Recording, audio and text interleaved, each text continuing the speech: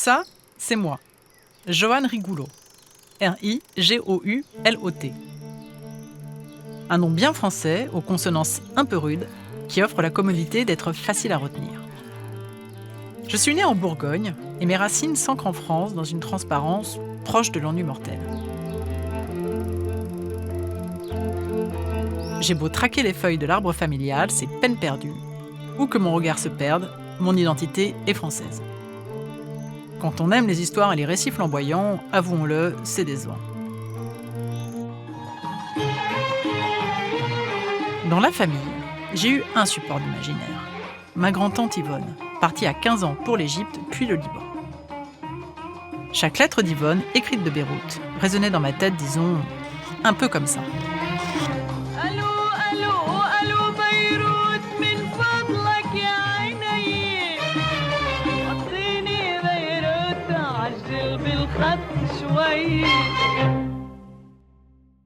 Il y a quelque temps, j'ai commencé l'écriture d'un roman sur Yvonne.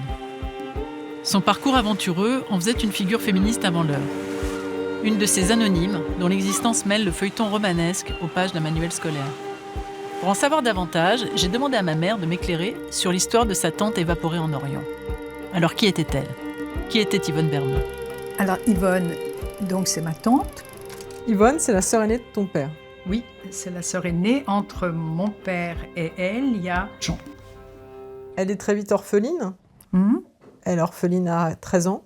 Oui, par sa mère qui meurt donc de la grippe espagnole. Son père est à la guerre. Donc elle est envoyée travailler à Paris, très jeune.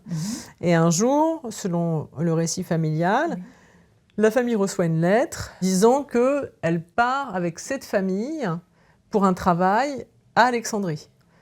Elle n'a plus de nouvelles. Et on apprend 7 ans après qu'en fait, elle a été prise dans un réseau de prostitution. Et là, comme elle s'est rébellée, on l'a battue, ils l'ont laissée pour morte, quoi, quasiment. Et qu'elle s'est enfuie, et là, elle est allée au consulat. Et au consulat, on l'a mise dans un couvent, parce qu'elle était recherchée, pendant 7 ans. Elle n'a pas pu sortir pendant 7 ans. Donc pas de nouvelles du tout, elle n'a pas pu donner de nouvelles pendant 7 ans, et après elle a ressurgi.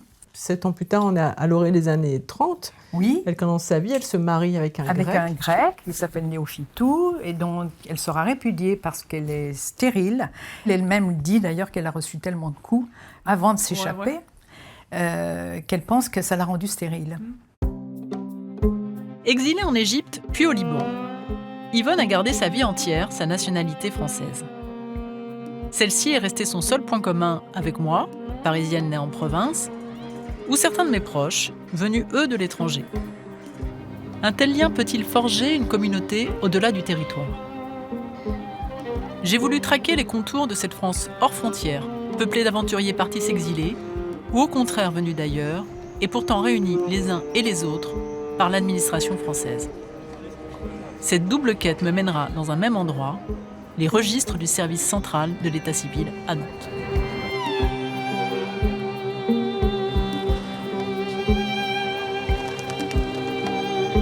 Je suis née à Florence, en Italie, d'un père florentin et d'une mère tunisienne qui est née à Tunis, juive tunisienne.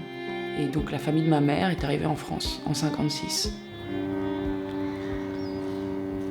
Ma mère, peut-être, c'est possible que en arrivant dans un Paris sombre dans les années 50 et triste, elle n'a eu que de cesse que retrouver la Méditerranée, et c'est peut-être pour ça qu'elle s'est mariée avec un Italien au final. Quand mes parents se sont séparés, quand j'avais 5 ans à peu près, ma mère est rentrée en France, et donc je suis arrivée à Paris. Je parlais pas français, moi, mais j'étais petite, donc j'ai appris très vite. J'ai grandi après à Paris, et maintenant je vis en Angleterre.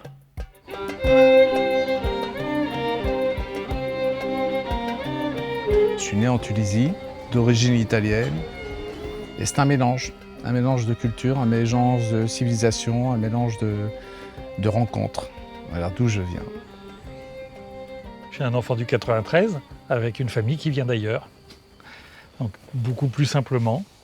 J'ai découvert que très tard, que ma famille avait une histoire qui passait par un tas d'endroits, alors que pour moi les choses étaient simples. J'allais à mon école maternelle à Saint-Denis et je voyais mes grands-parents à Saint-Denis. Donc pour moi, la vie, elle était là. Et à Drancy, très vite, ensuite. Et je n'ai jamais quitté le 93 de ma vie. Et qu'est-ce qui vous lie? On est frères. Oui, on est frères. On est frères, on a les mêmes parents, pas la même trajectoire, pas la même vie, pas les mêmes souvenirs certainement. La Tunisie, c'était multiculturel et j'adorais ça. Voilà, je me sentais bien, il faisait chaud. Donc j'ai subi plus que lui certainement l'impact d'un départ, d'un déchirement, voilà, je cherchais le mot. Quand on est arrivé en France en 1960, sorti de l'avion, il faisait froid, j'ai fait demi-tour sur la passerelle et j'ai dit je veux pas sortir. Je me demandais qu'est-ce que je faisais là. Le premier choc, c'est le froid. Non, moi, je ne connaissais pas le froid. Donc, demi-tour. On m'a dit, non, il faut ressortir. Très bien, je sors, mais qu'est-ce que c'est que ce machin-là, quoi? Qu'est-ce que c'est que ce pays où il fait froid? Je ne connaissais pas ça. Ma petite enfance, j'étais avec simplement des parents qui parlaient italien. Mais moi, ça ne me semblait pas étonnant. Un frère très grand, donc qui me semblait très loin de moi. J'étais comme n'importe quel troisième enfant qui vient tard, le petit protégé, le petit chéri. On avait un père qui était fasciné par la culture française. Du coup, je crois que j'avais ce statut un peu à part de celui le premier qui allait être éduqué directement à la française. On peut avoir la nationalité française par différentes sources juridiques. La nationalité française embrasse des personnes nées en France de parents français, des personnes nées à l'étranger de français, des personnes naturalisées, donc nées étrangers à l'étranger et venues résider en France, donc et des conjoints de français. Donc il y a une. Mais qu'est-ce qu'un Français? C'est quelqu'un qui a la nationalité française et qui a, du point de vue de la loi, qui a l'égalité des droits avec tous les autres Français. Francesca, Christian et Claude ont hérité la nationalité française de leurs parents. Pour d'autres, comme Melra, celle-ci est le fruit d'une démarche personnelle. Je suis née en Kabylie, donc en Algérie. Je suis arrivée en France, j'avais 2 ans et demi. Moi, j'étais de nationalité algérienne jusqu'à mes 24 ans. Et je n'ai pas ressenti le besoin d'avoir la nationalité française avant. Et alors, étrangement, j'ai obtenu la nationalité française l'année où mon père est mort. Et ce qui est très étonnant, c'est de devenir française quand une partie de mes origines s'en va, quoi. J'en avais besoin à ce moment-là pour pouvoir me sentir plus libre. Au bout d'un moment, je trouvais ça normal de prendre la nationalité du pays où j'avais l'intention de vivre toute ma vie, quoi. Je suis la seule de ma fratrie, on est 4, 2 garçons, 2 filles. Je suis la seule à être née en Algérie, donc ils sont tous nés en France, ils ont tous appris le français comme première langue. Et c'est vrai qu'avec le temps, même en termes de communication, moi j'ai gardé le kabyle quand même. Je le parle encore, je le comprends.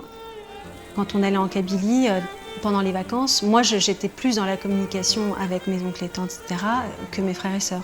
Et en France, j'ai pas souvenir que ça ait créé une distance entre eux et moi, parce que j'ai pas ce sentiment-là. Si ce n'est que dans les yeux de ma mère, je sens que voilà, je suis l'enfant chez qui il reste encore quelque chose de là-bas, quoi. Parce que pour le coup, elle, ça n'a pas dû être simple du tout. Elle avait 20 ans quand elle est arrivée en France, et il y a eu une forme d'isolement pour elle, vraiment.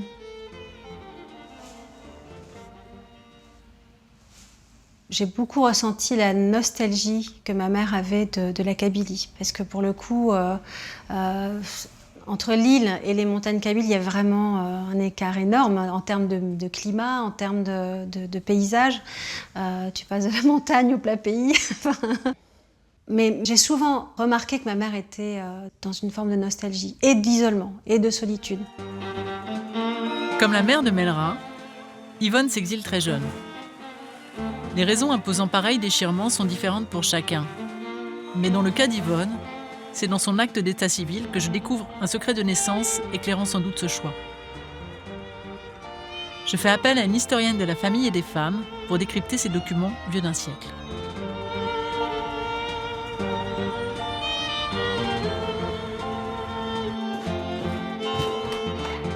Bonjour. Bonjour, Joanne. Marion. Alors, ce qui est un peu bizarre dans cet acte de naissance, c'est qu'on voit bien qu'il y a un problème. Bon, c'est une femme qui accouche, il n'y a pas le nom du père, et elle a accouché dans un hôtel, et pas à l'hôpital, à Chambéry. Elle n'est pas de Chambéry, donc elle est sûrement allée à la ville pour cacher son accouchement. Donc en fait, elle ment. Oui, probablement. Elle ment sur sa fonction, elle n'habite pas à Paris et elle n'est pas ménagère. Oui. Alors, Sur sa son fonction, adresse. elle est dite ménagère. Elle était institutrice. Oui, alors peut-être qu'elle se couvre là aussi. Elle n'a pas spécialement envie qu'on dise que l'institutrice de Villarurin est allée enceinte accoucher à Chambéry. En tout cas, vous voyez, c'est pas elle qui fait la déclaration de naissance, c'est la sage-femme. C'est pour ça que vous avez une reconnaissance après. Ouais, j'ai une double reconnaissance. Alors ça, c'est Donc intéressant. c'est un enfant qui naît non reconnu et de père et de mère. Au départ, oui. Et le père est même pas cité dans l'acte de naissance. Ça veut dire que le père, qui s'appelle Bermond Gaston Léon, cultivateur de Villarurin, il la reconnaît le 16 août. Donc 6 mois après la naissance de l'enfant, il va la reconnaître. Il a que 20 ans. Ah oui. Ouais. Ça, Donc il est mineur à l'époque. Et elle a 31 ans, 11 à 12 ans d'écart. Ah oui, c'est énorme pour l'époque. Et le mariage, ils l'ont fait en 1908, probablement parce qu'ils sont libres à ce moment-là, c'est-à-dire libres de se marier. Lui, il est devenu majeur. Ouais, il est devenu majeur entre-temps. Donc elle est totalement atypique, Agnès. Là. Il y a une double transgression, donc elle est divorcée, elle est institutrice, et par ailleurs, elle fait un enfant hors lien du mariage avec un mineur. Et qui a 12 ans de moins qu'elle. Ouais. Ce qui, à l'époque, est une petite révolution de genre. On peut dire qu'Yvonne, elle naît quand même dans des conditions qui sont déjà super atypiques pour l'époque. En effet, c'est bizarre. Et dans votre famille, il n'y a aucune trace de son passeport, par exemple ? Non, puisque dans les années 70, au moment où la guerre du Liban a éclaté, mes parents notamment essayaient de la faire revenir en France, mais elle n'avait jamais cotisé en France, donc elle n'avait aucune... Il n'y avait pas de trace d'elle dans l'administration française, en fait. Donc, son retour a été impossible. Mais le Liban, c'était sous protectorat longtemps de la France. Et donc, les Français à l'étranger, vivant à l'étranger, mourant à l'étranger, se mariant à l'étranger, normalement, c'est les archives consulaires. Donc, c'est soit au service d'état civil central à Nantes, soit aux archives diplomatiques. D'accord, à Nantes aussi. À Nantes. D'accord. En s'exilant de l'autre côté du monde, Yvonne a-t-elle si bien réécrit son histoire que sa seule vérité tiendrait désormais dans les tiroirs de l'administration ? Je retourne voir ma mère pour connaître le récit exact, livré par Yvonne à la famille, de la suite de son exil. Donc tu ne connaissais pas ces documents, toi ? Pas du tout. Je ne savais absolument pas qu'elle n'avait pas été reconnue à sa naissance, et ni de sa mère, ni par son père. Ce qui est quand même une drôle d'arrivée dans le monde. Elle a sans doute un des premiers passeports pour partir à l'étranger. Oui. Et ensuite, elle se retrouve dans un territoire donc éligible. Elle épouse un grec. Oui. Elle va s'appeler Néophétou pendant plusieurs années, même après leur divorce. Même après leur divorce, elle a gardé le nom. Elle commence sa vie de femme active en gardant des enfants, en devenant gouvernante. Et c'est là qu'elle rentre donc, dans la famille Souki. Donc elle cherche une autre famille, elle va rentrer au service de la famille Souki. Elle va travailler 60 ans pour eux. 60 ans pour eux, absolument.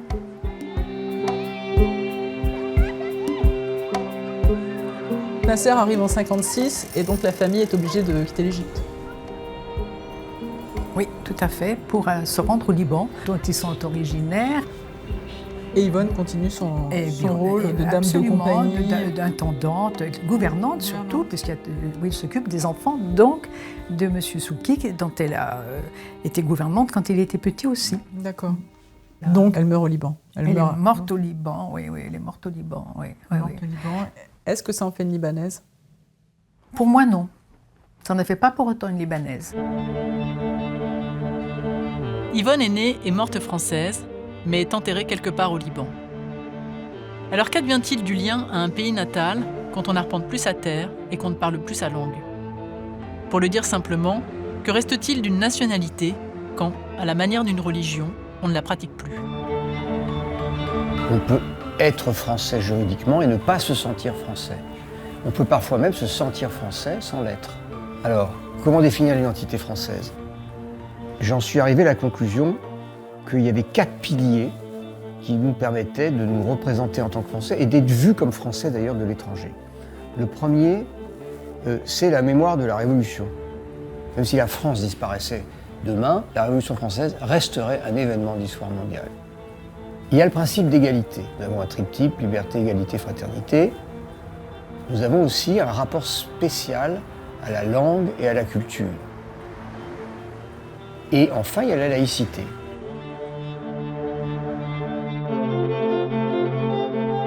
Je suis devenue française par filiation par ma mère, puisqu'elle-même a été devenue française par filiation, à 18 ans, à Paris, au moment où je refaisais ma carte d'identité. À la mairie du 10e, je me souviens très bien, la dame de l'état civil me dit « Vous devez renoncer à une de vos deux nationalités, vous ne pouvez pas avoir les deux ». Et moi, je me rappelle, mon réflexe était de penser « Mais moi, je ne suis pas française. Moi, je ne suis pas française, moi, je suis italienne. » Et on m'a déracinée de mon pays pour me foutre dans un appartement plein de juifs tunisiens bruyants. Mais je ne suis pas française. Moi, je suis passée des pâtes au couscous, mais je ne suis jamais passée par le jambon puré. Tu vois ce que je veux dire? Donc, j'avais quoi de français? C'est plus tard, en grandissant, que j'ai commencé à fumer des clopes et boire du pastis, que j'ai compris et d'avoir des frigos pleins de couscous puants, que finalement, ça avait pris, en fait, le ciment avait pris, malgré moi.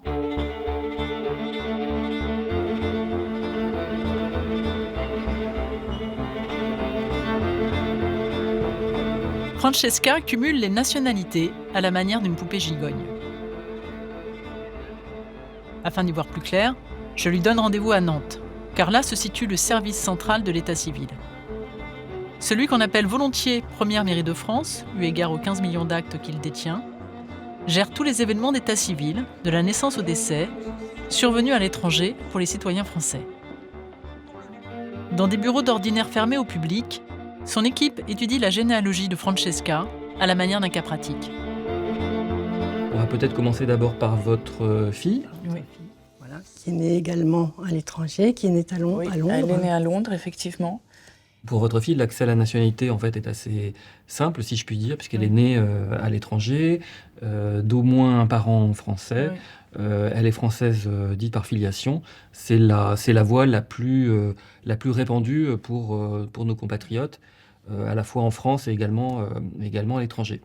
Voilà, donc ça c'est votre acte à vous. Ah. Vous voyez effectivement que vous êtes bien née en France. Et moi, là, je suis déjà française avec ça, ou quand je suis née? Oui, oui. C'est un acte consulaire. Hein, alors, c'est un acte consulaire. Pour vous, la nationalité n'amène pas d'interrogation particulière, puisque, justement, un des principes pour pouvoir transcrire, c'est qu'il faut que le consulat qui fait cette opération puisse s'assurer de la nationalité française de l'intéressé dont on va transcrire l'acte. Oui. C'est marrant parce que là, personne n'est né en France, et donc c'est vraiment que du sanguin, quoi. Il n'y a rien de sol, quoi. Zéro sol français, c'est incroyable. Il y a Londres, Florence, oui. Et... On va continuer à voyager, du coup. Parce que là, nous arrivons en Tunisie, oui. Pour l'acte de naissance de votre maman. Ah ben c'est ça. Oui. Alors là, on voit bien qu'effectivement, elle a acquis la nationalité française par décret, par effet collectif, donc de ses parents. Effet collectif de toute la population ou non, non. L'effet collectif, c'est ses parents à elle ont acquis la nationalité française. Et comme elle était mineure au moment de l'acquisition de la nationalité française par les parents, elle a été emportée par l'effet collectif. C'est-à-dire que l'effet de la nationalité découle également sur les enfants mineurs au moment de l'acquisition des parents. Ouais. Donc elle a eu un acte qui a été établi au moment où les parents ont acquis la nationalité et qu'elle-même a acquis la nationalité. Son papa était employé de commerce. Tunisien. Alors, la particularité, c'est aussi ça. Ça veut dire quoi? Ça veut dire qu'a priori, à l'époque, il n'était pas considéré de nationalité française, oui. Puisque dans les anciennes colonies françaises, on pouvait même avoir des registres d'état civil séparés entre les populations qui étaient considérées dites de droit local et les populations qui étaient dites de droit français, c'est-à-dire les personnes qui étaient de nationalité française, et de l'autre côté, personnes qui étaient considérées comme étant de nationalité locale, je dirais. Oui. Donc on peut continuer encore à remonter. Voilà, donc ça c'est l'acte de naissance de votre grand-père maternel. Ah oui. 9 avril 1907. Ah, son père s'appelait David? Ah, je ne savais pas. Et la mère, Gamara Journeau, ouais. Il a acquis la nationalité en 1963. Et avant, il était tunisien, quoi.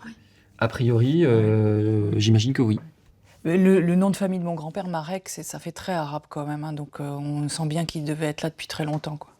Ouais, non, là, franchement, je voudrais tirer le fil, hein, mais... Alors on a encore quelques éléments de fil. Voilà, on a l'acte de naissance de votre grand-mère maternelle, donc Rachel. Ouais. Mais c'est marrant parce qu'on voit tous ces actes, du coup on les voit, quoi. On les voit vivants, on les voit se marier. Derrière ce côté aride du document, en fait, il y a toute une vie, quoi. Il y a plusieurs générations.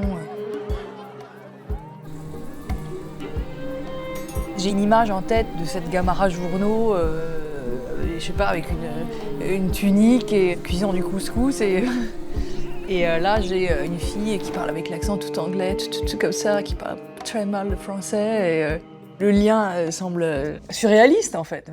Oui, mais votre histoire familiale, elle est très représentative pour un nombre notable de Français qui sont passés par la grande histoire, notamment pour certains d'entre eux, de la décolonisation, qui s'installent, pour une partie d'entre eux, vous avez un certain nombre d'événements familiaux qui se sont produits en France ou en Italie.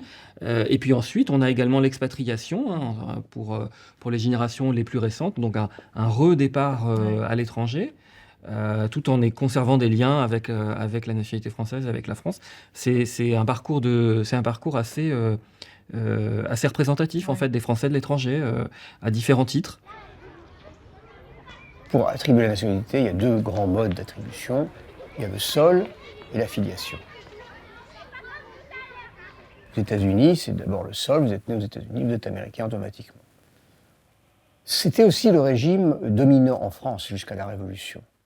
Et la France a opéré une rupture mondiale avec ce système en instaurant l'attribution de la nationalité à la naissance par la filiation.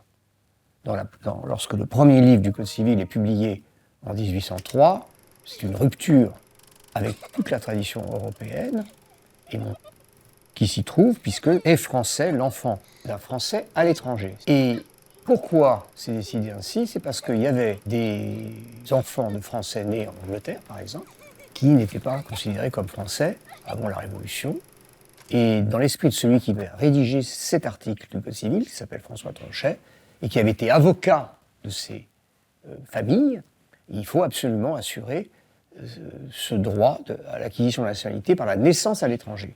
J'ajoute que ça donne une indépendance aux Français, parce qu'il peut se promener dans le monde et continuer de transmettre sa nationalité à ses enfants.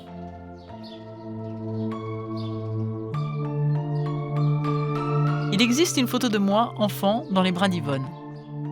Elle a disparu, comme les lettres de Beyrouth qui pourtant ont scandé mon enfance.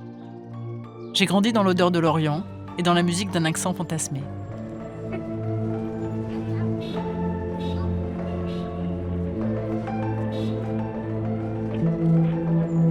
À la mort de mes grands-parents, ma mère, ma fille et moi sommes partis à Beyrouth pour traquer la trace d'Yvonne. Ensemble, nous avons trouvé la maison où elle avait vécu, la date de sa mort, mais rien sur les circonstances de celle-ci, ni sur sa sépulture. Pourrais-je à mon tour trouver des réponses à Nantes ?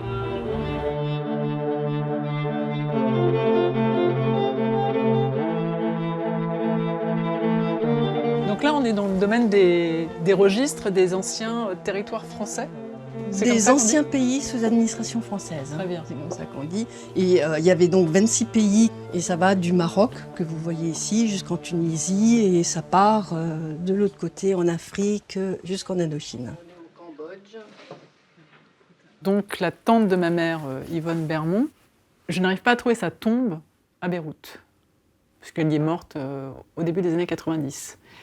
Est-ce que je peux avoir une chance de retrouver sa trace ici ? Alors, chez moi, dans les registres, non, puisque je ne détiens pas les registres ni du Liban ni d'Égypte, puisque ce n'était pas un ancien pays sous administration française. Il faudrait que vous vous adressiez à ce moment-là aux archives diplomatiques.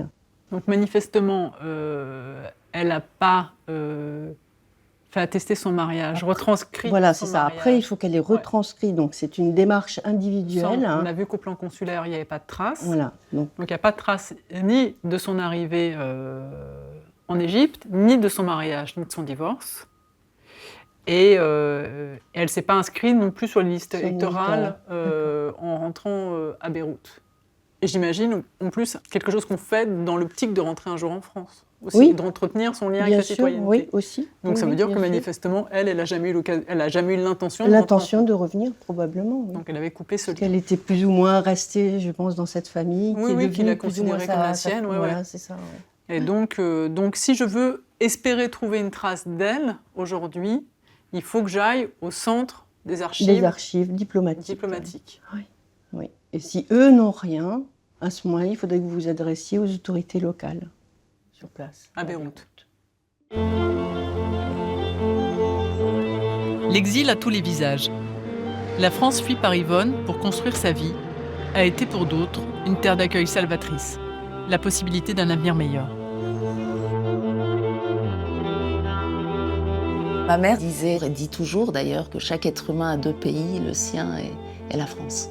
Oui. Alors c'est une phrase qu'on attribue à Thomas Jefferson, mais c'est une phrase de ma mère. Pour moi, c'est une phrase de ma mère. Mes deux parents ont fait leurs études en France et je suis allée au lycée français de Téhéran. Donc j'avais les cours en deux langues, j'ai commencé à parler le français vers 4-5 ans. Donc la France était très présente, les livres français. Et puis il y avait une certaine francophilie très affirmée et affichée de mes parents. On parle des gens quand même extrêmement politisés, donc qui voient tout à travers le prisme de la politique. Donc qui voient tout à travers la démocratie et la place donnée au peuple dans la société. Donc ils voient tout à partir de là, la France, c'est ça. Quand on parle d'être étranger ailleurs ou être en exil ailleurs, il y a tous les cas. Le mien est un peu radical, si tu veux. Donc dans le fait, c'est-à-dire ne pas pouvoir retourner chez soi.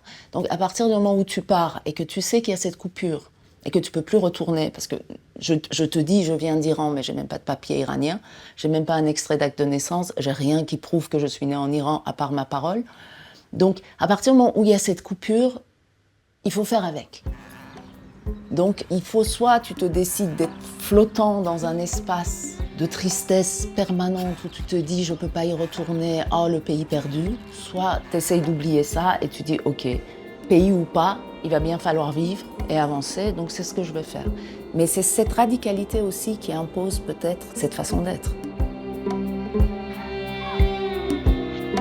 Aujourd'hui, je me sens quand même plus d'ici que de là-bas. L'identité, elle a à voir avec l'endroit où on aime vivre, où on est bien. Et aujourd'hui, c'est ici que je suis bien.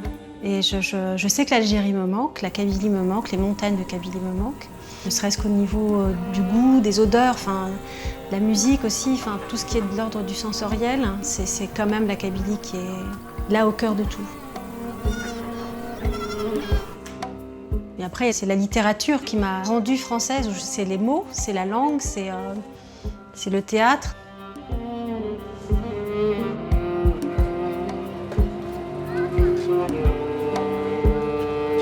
Je reste un enfant déraciné quelque part, héritier de divers déracinements qui ont précédé également. Je me sens complètement français par contre, mais enfin complètement, je me sens de culture française, complètement de culture française, mais toujours avec quelque chose d'italien quelque part, une espèce de nostalgie, de quelque chose que je n'ai pas vraiment vécu au final. Hein. Pour moi, il n'y a pas eu de déchirement. J'ai mis du temps, beaucoup de temps, à intégrer l'idée que de toute façon, la famille était passée par la Tunisie. Pour moi, j'avais une famille italienne. Donc, et d'ailleurs, j'ai mis du temps aussi à réaliser qu'il y avait une sorte de complexe familial qui venait surtout du côté de ma mère, qui était qu'on ne dit pas à l'extérieur qu'on vient de Tunisie. On dit qu'on est italien. Tu ne dis même pas qu'on vient de la Sicile. On n'est pas du sud, on est du nord. Et quelque part, la seule façon que j'avais de toute façon de traverser ça, c'était de dire moi je m'en fous, je suis français. Donc moi j'ai pas d'héritage. Quand j'étais petit, pour moi c'était au contraire le refus, c'est votre problème la Tunisie. C'est votre histoire, je veux même pas en entendre parler. Et donc je revendiquais tout le temps, je suis français, et je revendiquais d'autant plus que j'avais des frères qui étaient quand même juste derrière moi et qui prenaient un malin plaisir en plus à me dire de toute façon, toi t'es le français, avec une sorte de mépris, avec un côté tu ne peux pas savoir, t'as pas connu. pour toi, ça a peut-être moins d'importance que pour moi.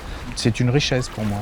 Vraiment, vraiment une richesse que d'être né en Tunisie, d'avoir côtoyé des communautés complètement diverses, des cultures complètement diverses, des langues diverses.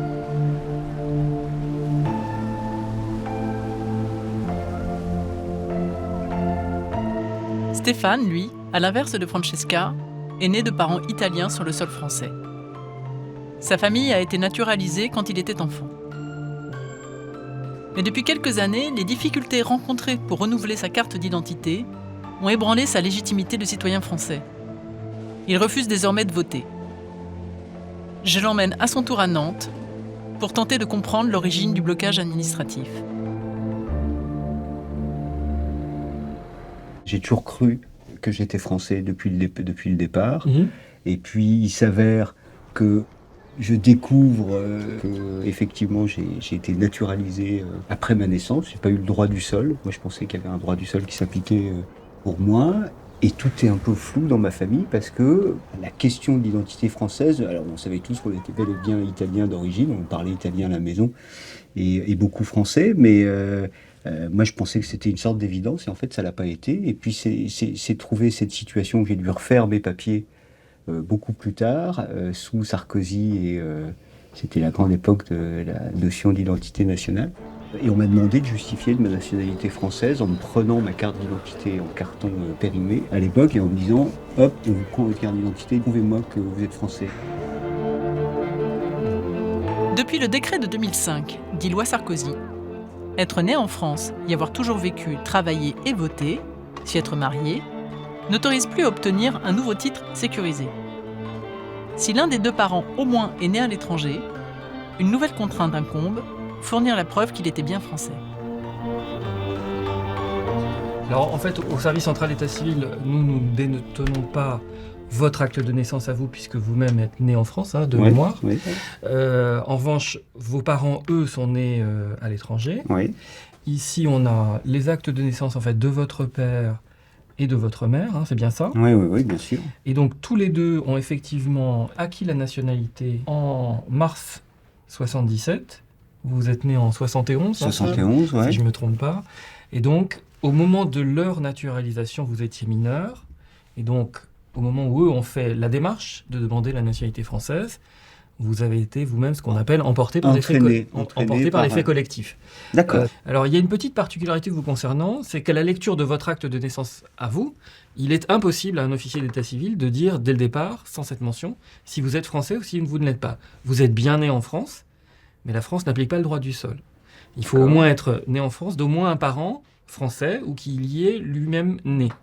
Ce n'est pas le cas pour vos parents. Vos deux parents sont nés à l'étranger. Et donc, à la lecture de votre acte de naissance, effectivement, quand on renouvelle votre pièce d'identité, en tout cas, quand on fait une pièce d'identité sécurisée pour la première fois, on refait cette vérification complète.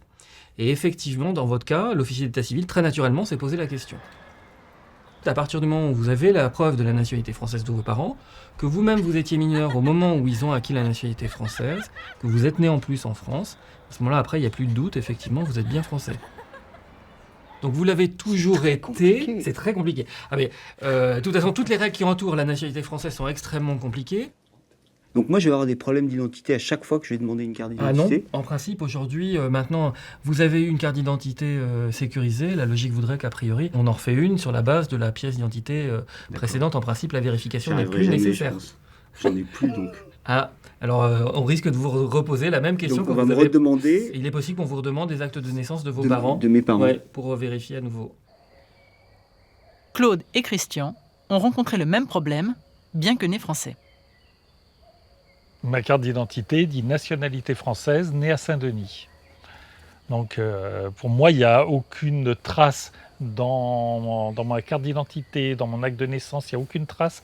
Alors après, par contre, j'ai eu des problèmes administratifs au moment de renouveler la carte d'identité à un moment, parce que là, d'un seul coup, c'était « Ah, mais vos parents sont nés à Tunis ». Ben oui, mais donc il va falloir que vous nous prouviez que vous êtes bien leur fils. Et donc là, comment voulez que je vous prouve que je suis leur fils? J'ai un acte de naissance. Ah oui, mais il nous faut aussi les papiers de vos parents, leurs actes de naissance en Tunisie, pour bien prouver la filiation. Et là, c'est la seule fois dans ma vie où j'ai dû m'intéresser. Et vraiment, je rageais. Mais alors ça m'a mis en colère. Ça m'a vraiment mis en colère parce que je me disais, mais qu'est-ce qu'on en a à foutre que mes parents soient nés à Tunis ? Quelle importance, ils sont français, ils ont des cartes d'identité françaises, nés à Tunis, je suis né en France, j'ai un acte d'état civil, pourquoi est-ce qu'on m'embête à aller chercher des papiers à l'étranger ? Ouais, j'ai vécu la même chose. Moi, j'ai rien à voir avec Je continue l'étranger. à vivre la même chose. C'est cette espèce de rejet, effectivement, administratif, cette non-reconnaissance de la nationalité française, alors qu'elle est prouvée et reprouvée. Chaque fois que je suis obligé de renouveler une carte d'identité ou un passeport, c'est un casse-tête. C'est un casse-tête. Dire qu'on est français, avoir les papiers qui disent qu'on est français ne suffit plus.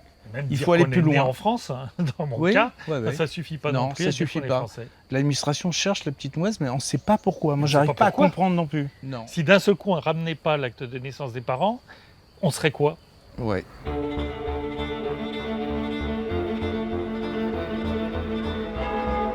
À Nantes, non loin du service central de l'état civil, est installé également le Centre des archives diplomatiques. Si le premier s'occupe des vivants, celui-ci conserve la mémoire des disparus. Il gère les archives des ambassades et consulats et celles des pays anciennement sous protectorat ou mandat. Dans son atelier de reliure, les documents trouvent peau neuve afin que la mémoire demeure. Ici réside ma dernière chance de retrouver la trace de cette fameuse tante Yvonne en France. Le Centre des archives diplomatiques de Nantes est le deuxième centre de la direction des archives du ministère de l'Europe et des Affaires étrangères. Et à Nantes, plus précisément, donc sont conservées les archives rapatriées du réseau diplomatique français à l'étranger, c'est-à-dire des ambassades, des consulats, des services culturels et de coopération qui se trouvent partout dans le monde. On garde la mémoire de l'action diplomatique de la France à l'étranger au travers des archives des ambassades et puis au travers des archives consulaires comme celles que l'on voit ici, avec la mémoire des communautés françaises de l'étranger. C'est l'histoire de la diaspora française en fait. Oui, au travers de ces archives, c'est ce que l'on peut effectivement étudier, voir quelle forme ont pris les mouvements de population, les départs de Français vers différentes destinations. Donc c'est un peu une espèce de France hors sol, hors territoire. Oui. Quand, sous l'Ancien Régime, pour désigner les communautés françaises établies sur le pourtour méditerranéen, on parle de la nation française. Donc là, il s'agit d'un registre d'immatriculation, donc venant de Los Angeles. À Los Angeles, on va trouver des célébrités qui sont venues à Hollywood et donc se sont fait enregistrer auprès du consulat le plus proche, celui de Los Angeles. Voilà. Donc on trouve ici Jean Gabin, Jean-Alexis Montgorge dit Jean Gabin. Son domicile à Los Angeles. Voilà. Puis là, de la même manière, on a Jean Renoir, metteur en scène cinéaste, voilà, qui habite également Hollywood. Et puis un petit peu plus loin, Michel Morgan, Simone Roussel. Dites Michel Morgan. Certains noms surnagent, portés par une notoriété rendant sans doute l'exil plus confortable. Mais celui que je persiste à chercher, celui d'Yvonne Bermond, appartient à la cohorte d'anonymes. Et dans les registres de l'administration, chacun se retrouve à égalité. Je vous ai demandé de sortir ce registre parce que je suis à la recherche de traces concernant ma grande-tante, Yvonne Bermond. Donc la seule piste qui me resterait pour essayer de localiser sa tombe aujourd'hui en Orient, ce serait effectivement la voie consulaire. Voilà. Donc est-ce qu'on peut regarder s'il resterait une trace d'elle via donc, ce registre-là ? Voilà, effectivement, si elle est restée longuement donc, en Égypte, puis au Liban, on peut espérer trouver sa trace dans les registres d'immatriculation consulaire. Donc là, ici, on a les registres d'immatriculation du Caire. Est-ce qu'on arrive on arrive en 1927 et... Voilà, au bout de la liste, parce qu'on peut toujours imaginer qu'elle se soit fait inscrire plus tard. Mais elle est là. Es-tu ? Comme quoi, je les ai passés en revue, mais voilà, il y en a certains, elle est là, ouais. Et voilà, tirez le fil, comme le dit Francesca. Si Yvonne a été référencée dans ce registre, c'est que sa fiche au consulat d'Alexandrie existe parmi les milliers de mètres d'archives détenus dans le bâtiment. Et voilà.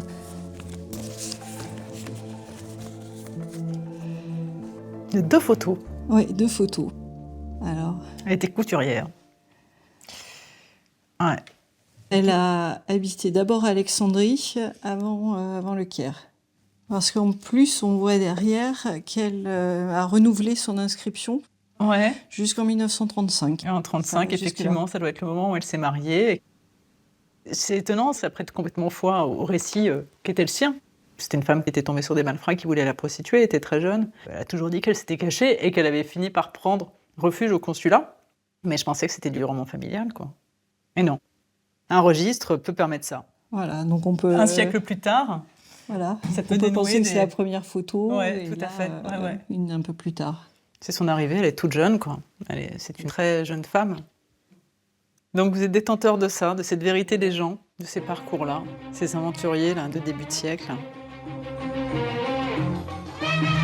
Tante Yvonne racontait la vérité, et son histoire singulière repose désormais dans les tiroirs de l'administration, parmi mille autres, poussés comme elle par la misère, la nécessité ou la simple audace. Tu me dis que c'est la dernière lettre que tu as gardée d'elle. Oui, c'est la dernière, oui. Ouais. Oui. Mais moi, j'écrivais, mais je pense que ça n'arrivait pas, et ces lettres n'arrivaient pas non plus. C'était la guerre. Hein. Ouais. Ma très chère Marie-Claude, je t'ai écrit souvent, mais je n'ai plus reçu de tes nouvelles depuis bien longtemps. Je ne parle pas de la vie, tu la connais par les journaux, c'est terrible enfin. Dieu est grand. Dieu est grand. Je n'ai rien à dire, n'ayant rien. Embrasse les enfants. Et je voudrais bien les voir. C'est gentil, ça. Je t'embrasse, tante Yvonne. Elle se situe vraiment dans votre arbre généalogique, de la même manière qu'elle s'inscrit, je crois, dans l'arbre généalogique de sa famille d'adoption, en réalité. C'est ça. Mais elle, je ne l'ai jamais sentie déchirée entre le Liban ou l'Égypte et la France. Pas du tout. Il y avait une espèce de continuité. Elle importait, quand elle venait en France, des expressions, des choses comme ça, même quelquefois en arabe, mais elle parlait français. Hein. De toute façon, elle était dans une famille de culture très occidentale, avec des enfants qui allaient à l'école chrétienne.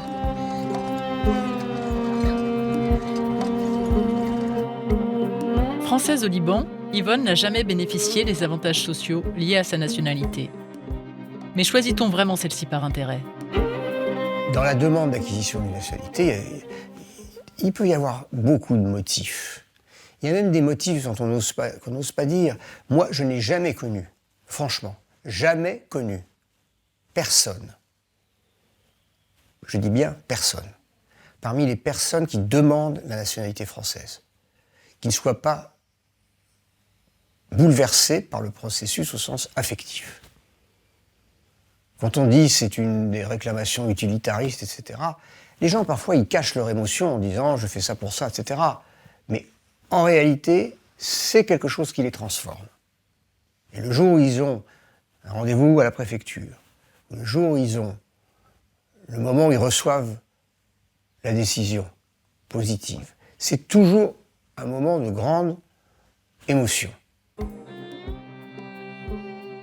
Avant de faire la demande de naturalisation, on se pose beaucoup de questions. On se dit pourquoi on fait ça ? Est-ce que c'est juste pour avoir les papiers ou est-ce que c'est parce qu'on se sent vraiment français ? Moi, clairement, je me sentais française. Donc le fait d'obtenir ces papiers, d'être inscrite à Nantes, ce long parcours administratif fait que ça donne vraiment le sentiment intime d'être française. Bon, avant, elle était plus grande et là, je viens d'avoir ça. C'est qu'un objet, mais c'est un objet qui raconte forcément une appartenance, en fait. Donc oui, ça m'a aidée à me sentir française. Je sais désormais quand Yvonne est morte. Mais pour clore son histoire, il me reste à trouver là où elle a été enterrée. Je sollicite un ami libanais, Hassan. Je lui parle depuis toujours de cette tente évaporée. Mais cette fois, je le mandate pour traquer sa trace à Beyrouth. Et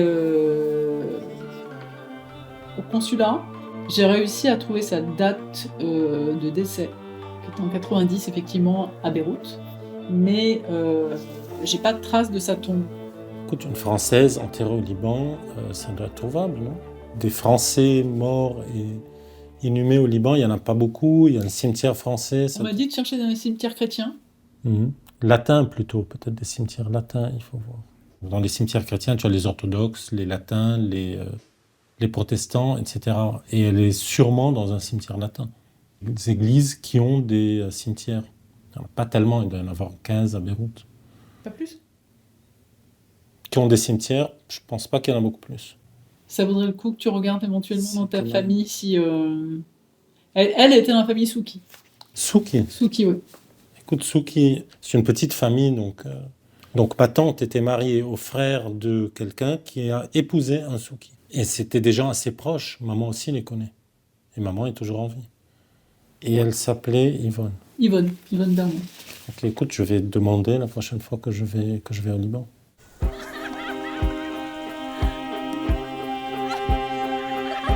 Je crois que ce qui reste de Kabyle chez moi aujourd'hui, c'est ce sentiment en tout cas ce besoin de liberté. Mais c'est aussi pour ça que j'aime la France.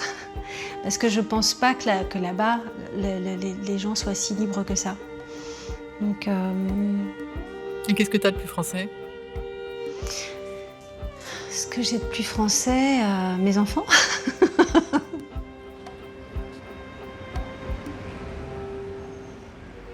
Les raisons pour lesquelles je suis allée à Londres, je pense aussi, ça m'a permis de ne pas choisir entre mon côté italien et mon côté français. Ça m'a permis de recommencer à zéro. Et en fait, tu recommences pas à zéro, tu t'amènes tes bagages avec toi, quoi. Tes fantômes.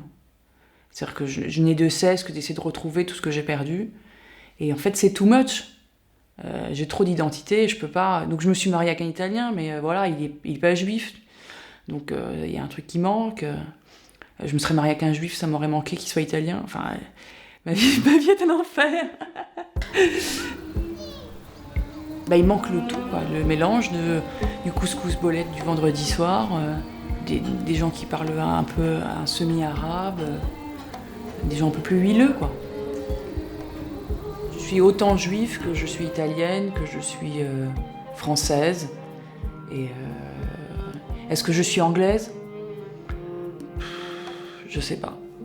Mais ça fait 20 ans que j'y habite et j'ai du mal à en partir. Donc d'une certaine manière, d'une manière pernicieuse, c'est l'Angleterre qui a gagné, quoi. C'est-à-dire, j'ai beau me sentir très italienne, j'ai beau me sentir très française, j'ai beau me sentir très juive. Au final, je mange des haricots à la sauce ketchup le matin sous la pluie. Donc tout ça pour rien, quoi. Tout ça pour ça. Pour toute élection, je vote.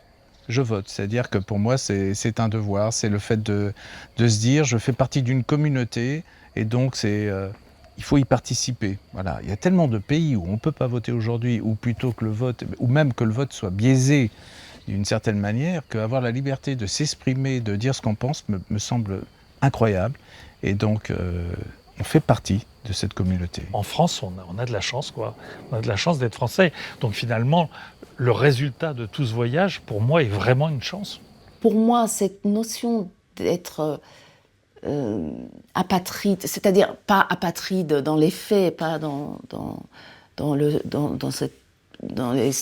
les statuts, tout bêtement, puisque j'ai des papiers. Mais c'est assez enrichissant, en fait, je trouve. C'est-à-dire ne pas avoir de patrie, ne pas être lesté par ça, ne pas être accroché à ça, c'est assez enrichissant. Moi, je me dis souvent, je ne suis pas de quelque part, mais je suis de partout. Donc, en fait, je m'autorise à être de partout. C'est-à-dire, je vais en Belgique, je m'autorise à être belge.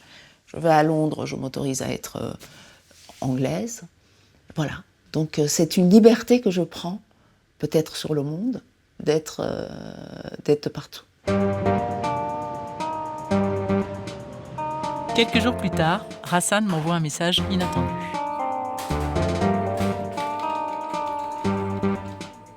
Maman, tu te rappelles de mademoiselle Yvonne? Oui, c'est sûr. Elle était chez le Souhi. Yvonne? Oui. Oui, comment? Bien sûr, chez le Souhi. Et qu'est-ce qu'elle faisait? Elle était demoiselle de compagnie. Oui, elle était à la maison aussi. Et toujours, depuis que vous connaissez les Souhi, elle est avec eux? Oui. Depuis le départ. Je me rappelle d'elle très bien. Elle n'était pas grande de taille et elle avait les cheveux raides avec une raie au milieu. Carré. Il l'aimait beaucoup parce qu'elle a élevé Erames, mon beau-frère, et ses 3 enfants. Et moi, je l'ai adoptée et elle m'a adoptée. Je l'aimais beaucoup. Et je me rappelle des spécialités culinaires qu'elle faisait. J'apprends la fin d'Yvonne grâce à Adèle, la tante de Rassan. Née et morte française, métissée d'Orient, Yvonne a été enterrée sur la corniche de Beyrouth, face à la Méditerranée. Je l'ai adoptée et elle m'a adoptée, dit Adèle. Ainsi l'identité naît-elle sans doute. Dans un entrelac de racines, la nationalité est un fragment.